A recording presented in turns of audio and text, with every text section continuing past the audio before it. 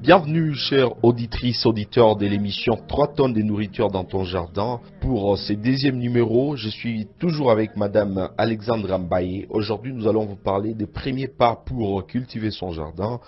Ça y est, la décision est prise pour cultiver notre jardin. Eh bien, par où on va commencer?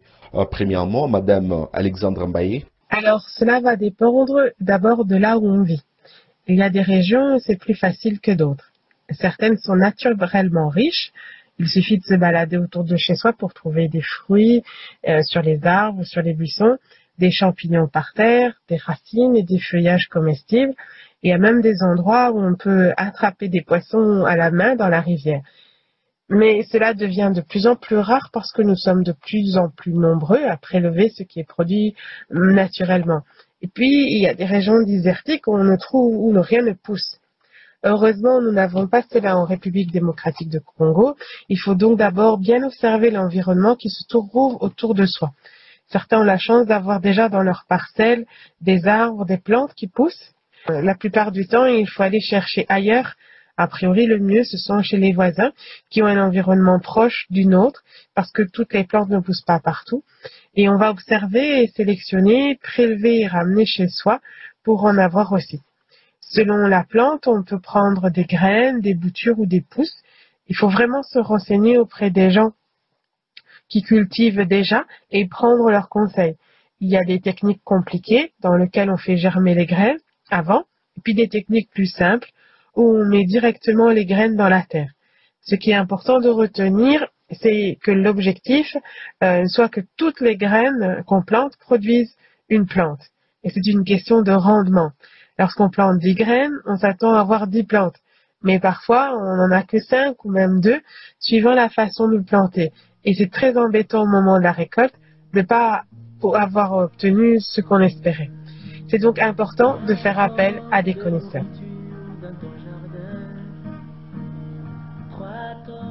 Comme nous venons de le voir, pour récolter un jour, il faut planter. Et pour planter, il faut semer. Et pour cela, il faut arriver à casser la terre, surtout quand elle n'a jamais été utilisée, pour pouvoir y introduire les graines ou les pousses. Et c'est là que nous devons aborder un point très important de l'agriculture et du jardin potager. Il s'agit des outils de jardinage. Comme on le dit chez nous, on ne cultive pas avec les doigts. Et on ne s'en sort pas si on n'a pas le bon outillage, et notamment le plus important, la houe. La houe qui permet de briser la terre et d'enfouir les graines dans le sol. C'est le premier outil que l'on utilise. Il est fabriqué depuis la nuit des temps par les forgerons traditionnels et il est tellement important qu'il figure souvent parmi les symboles des communautés ancestrales dans les villages. Il était le signe de l'abondance et de la richesse et était souvent porté avec fierté par les notables sur l'épaule.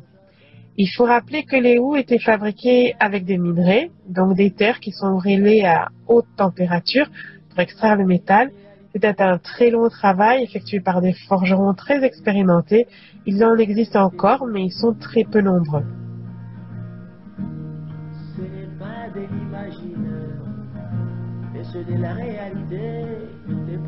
Aujourd'hui, les outils sont fabriqués dans de très grandes quantités dans des usines, principalement dans les pays asiatiques. Ils sont transportés dans des containers sur des bateaux vers les grands ports africains, puis ensuite sont distribués localement par les sociétés d'import-export. Il y a bien sûr d'autres outils comme les pelles, les râteaux, les brouettes, mais aussi les bottes, les arrosoirs, les sécateurs, les fourches, sans compter que la mécanisation au niveau des grandes plantations a permis de créer des machines et des robots qui peuvent être utilisés aujourd'hui pour les tout petits terrains.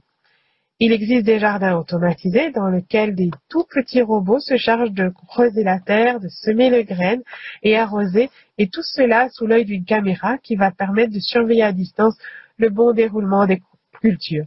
C'est un peu de la science-fiction pour la République démocratique du Congo, mais cela commence à se répandre en Europe. Pour l'heure, la houe reste le principal allié du simple jardinier que nous sommes et le moyen le plus facile de se le procurer et dans un commerce. Dans le groupe 3 tonnes, nous encourageons bien sûr l'utilisation d'outils made in République démocratique du Congo, même s'ils sont peu nombreux pour stimuler notre autonomie nationale. Et personnellement, je suis même pour l'achat auprès de forgerons traditionnels qui sont de véritables artisans et qui exploitent eux aussi la terre à leur manière. Ils font ainsi corps à l'esprit que nous souhaitons insuffler dans ce groupe de réflexion.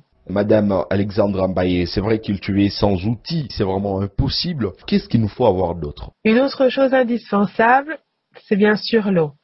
La pluie arrose naturellement les plantations et nous avons la chance en République démocratique du Congo d'avoir des pluies abondantes pendant la saison des cultures et certains jardins n'ont pas besoin d'être arrosés artificiellement. L'arrosage reste nécessaire souvent au début des plantations, lorsqu'on a des toutes jeunes pousses et lorsque la sécheresse se fait sentir par moments pour compenser le manque de pluie. Ceux qui ont la chance d'avoir un cours d'eau, une rivière à proximité, un puits, un lac ou encore un étang où ils peuvent puiser de l'eau à l'aide d'un arrosoir ou d'un bidon et d'arroser les plantes. Et c'est une tâche à ne pas négliger parce qu'elle prend beaucoup de temps et demande beaucoup d'efforts physiques et surtout elle prend l'eau que l'on pourrait utiliser pour se laver ou laver la vaisselle.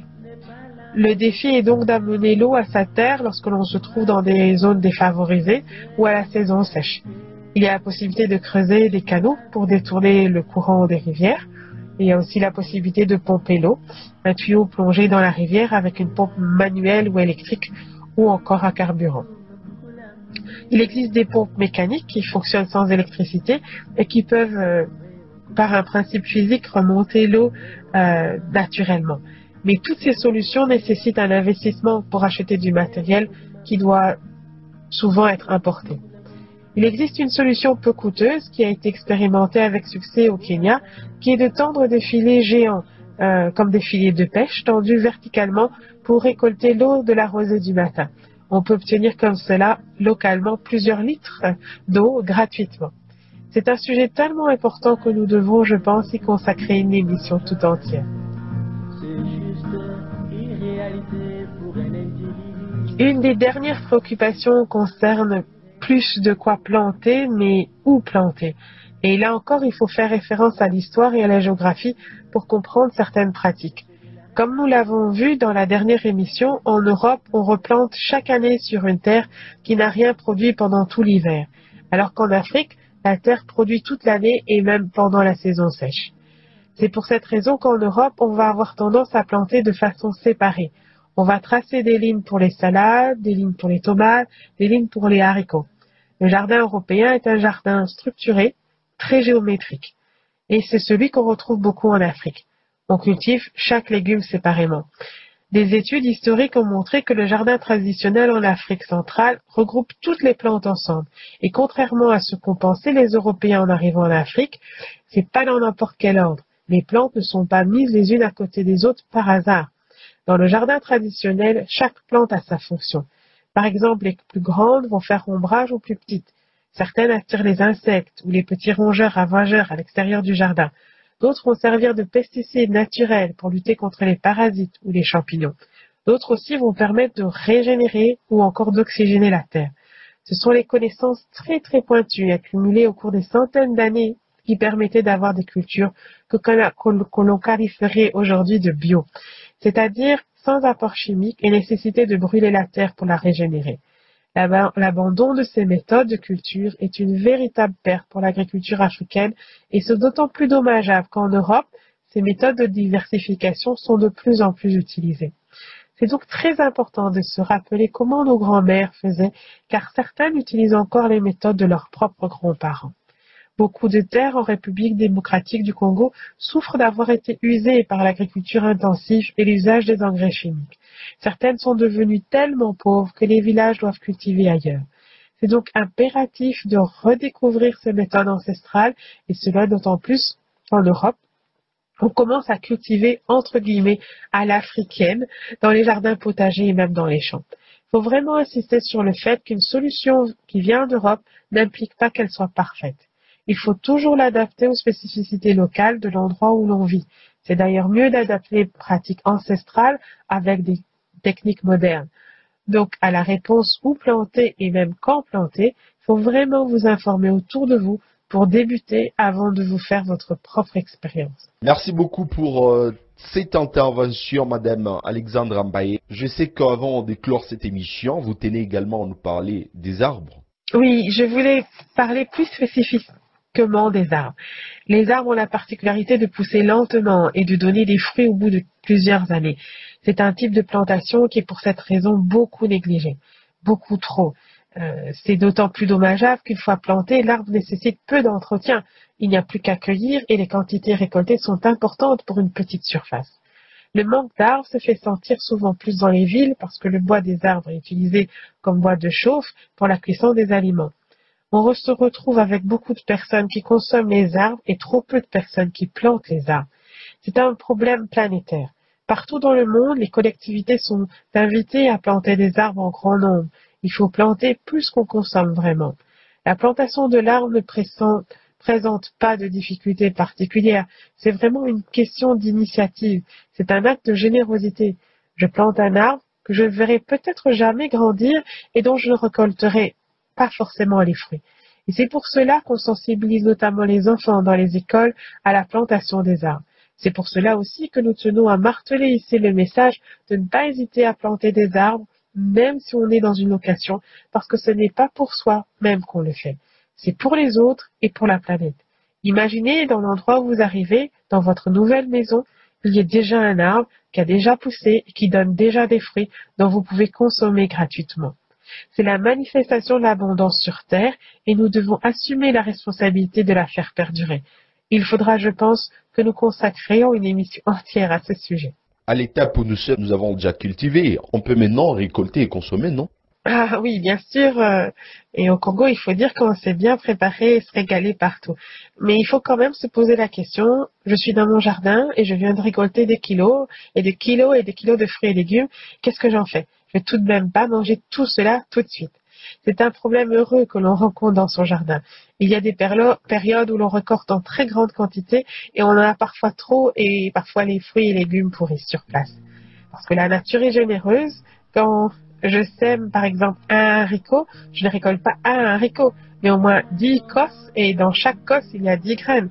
Si on plante une graine de papayer, eh bien le papayer va donner des dizaines de papayes, plusieurs fois de suite. Le principe d'abondance est vraiment inscrit dans la vie sur Terre. Il ne faut jamais l'oublier. Cela implique que je ne dois pas oublier de réserver une petite partie de ma récolte pour la prochaine récolte, pour être véritablement autonome. Et cela implique aussi que je récolte plus que mon besoin et que je dois stocker ce que je ne consomme pas immédiatement. Dans le monde moderne, le plus facile est de stocker dans un frigo ou dans un congélateur. Les légumes tiennent plusieurs jours dans le frigo et plusieurs mois dans le congélateur. Malheureusement, il faut avoir les moyens non seulement d'acheter l'appareil, mais en plus, après, d'avoir l'électricité pour le faire fonctionner. Mais nous avons d'autres solutions plus traditionnelles qui sont le séchage, le fumage, même si c'est principalement utilisé pour la viande et le poisson.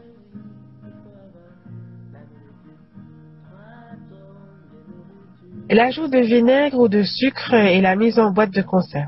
Alors, il y a des boîtes de conserve industrielles que l'on connaît, mais il est possible d'utiliser des pots en verre dans lesquels on fait le vide.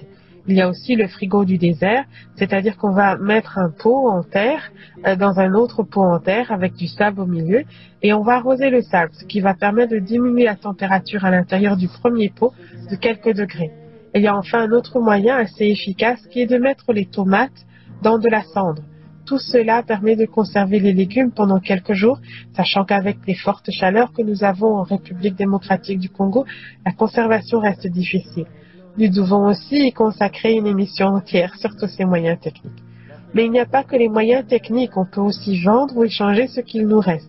Nous l'avions vu dans notre première émission, cela demande de se mettre en relation, de transporter éventuellement son stock. Le plus simple est a priori de s'organiser en communauté autour de son propre jardin et se spécialiser par exemple. Certains dans les mangues, l'autre dans les avocats, et troquer les fruits contre les goyaves et les ananas en comptabilisant les échanges. Il y a des méthodes un peu plus compliquées comme l'ajout du vinaigre et du sucre et la mise en boîte de conserve. Il y a les boîtes de conserve industrielles que l'on connaît, mais il est aussi possible de faire ses propres conserves avec des pots en verre dans lesquels on fait le vide. Il y a aussi le frigo du désert, c'est-à-dire qu'on va mettre un pot en terre dans un autre pot en terre avec du sable au milieu et on va arroser le sable, ce qui va permettre de diminuer la température à l'intérieur du premier pot de quelques degrés. Il y a enfin un autre moyen assez efficace qui est de mettre les fruits dans de la cendre. Tout cela permet de conserver les légumes pendant quelques jours, sachant qu'avec les fortes chaleurs que nous avons en République démocratique du Congo, la conservation reste difficile. Nous devons aussi y consacrer une émission entière sur tous ces moyens techniques. Mais il n'y a pas que les moyens techniques, on peut aussi vendre ou échanger ce qu'il nous reste. Nous l'avions vu dans notre première émission, cela demande de se mettre en relation, de transporter éventuellement son stock. Le plus simple est a priori de s'organiser en communauté autour de son propre jardin, de se spécialiser par exemple. Certains dans les mangues, d'autres dans les avocats, et trouver les fruits contre des goyaves et des ananas en comptabilisant les échanges. Les initiatives de coopératives entre particuliers sont de plus en plus fréquentes, notamment en Europe, et elles sont facilitées par les réseaux sociaux.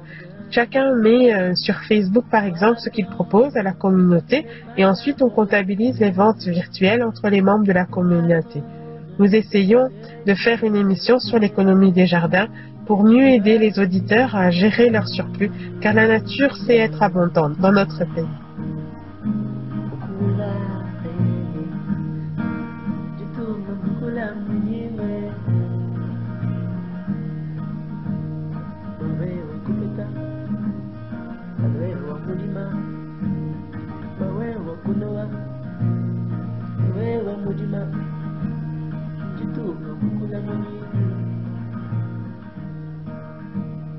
Pour avoir quelque chose, il faut travailler. Pour manger, oui.